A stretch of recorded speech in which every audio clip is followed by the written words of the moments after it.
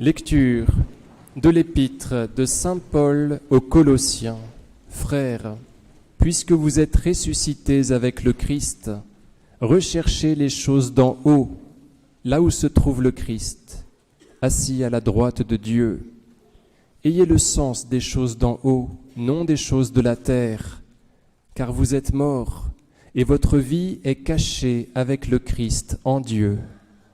Quand le Christ sera manifesté, lui qui est votre vie, alors vous aussi, vous serez manifestés avec lui dans la gloire.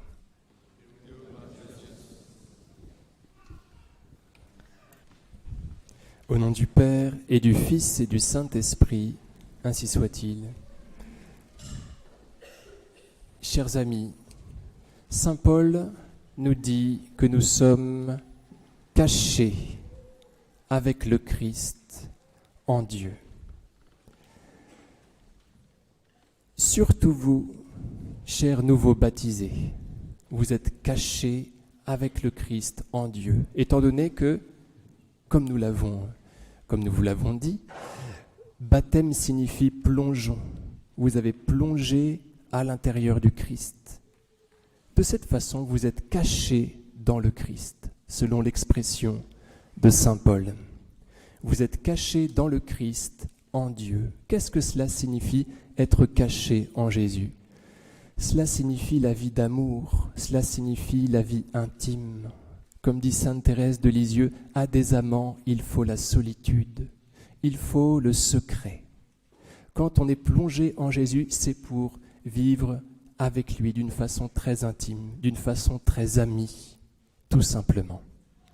Saint Charles de Foucauld, en 1888, quand il découvre la Terre Sainte, quand il imagine le mode de vie de Jésus, il dit « J'ai eu bien soif de mener enfin cette vie. » Le Seigneur Jésus, le vendredi saint, a son cœur qui est percé par la lance du bourreau. L'Évangile selon saint Luc, saint Jean nous dit littéralement que son côté s'est ouvert. Son cœur s'est ouvert. Son cœur n'a pas été percé, mais plus exactement, son cœur s'est ouvert pour qu'on puisse aller se réfugier dans son cœur. Vous voyez ? Or, le cœur, c'est l'organe de l'amour.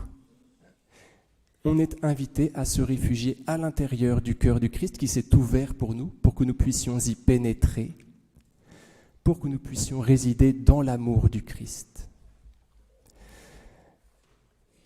La vie cachée signifie encore le sacrifice qui n'est connu que de Jésus.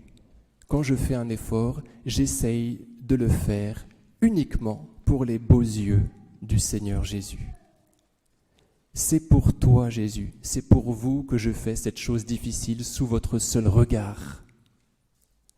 Je sais que vous me le revaudrez parce que vous me l'avez promis. Je ne le mérite pas. Cela ne m'est pas dû, mais je l'espère parce que vous me l'avez promis. En attendant votre récompense, nous vivons intimement. Nous avons nos secrets. Et j'ajoute à la liste de nos secrets ce sacrifice que je fais uniquement par amour pour vous. Vous voyez ce que signifie la vie cachée? Cela signifie d'abord la vie intime et cela signifie ensuite le sacrifice caché. Et le Seigneur nous rétribue, à vrai dire, dès cette vie. Il nous fait goûter une véritable paix quand on fait les choses uniquement pour lui. Alors qu'on est déçu, alors qu'on ressent de l'amertume quand on a cherché à se faire applaudir. On a tous fait ce constat-là.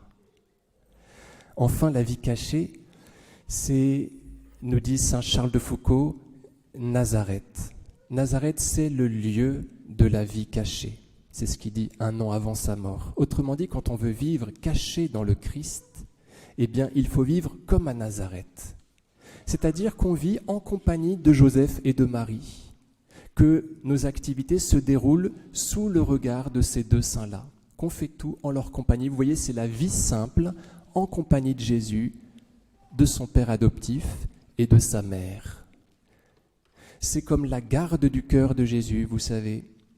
C'est-à-dire que nous faisons nos activités tout en gardant son cœur, tout en lui parlant. Voyez, la vie cachée signifie cela encore, étant donné que Charles de Foucauld nous dit que Nazareth, c'est le lieu de la vie cachée. Or, Nazareth, c'est la vie en compagnie de Jésus, de Joseph et de Marie. Voilà tout ce que je nous souhaite, tout ce que je vous souhaite, chers amis, chers jeunes baptisés. C'est une vie d'amour avec Jésus, une vie où nous offrons les choses pour lui. À tous, chers amis, de très joyeuses Pâques, au nom du Père et du Fils et du Saint-Esprit, ainsi soit-il.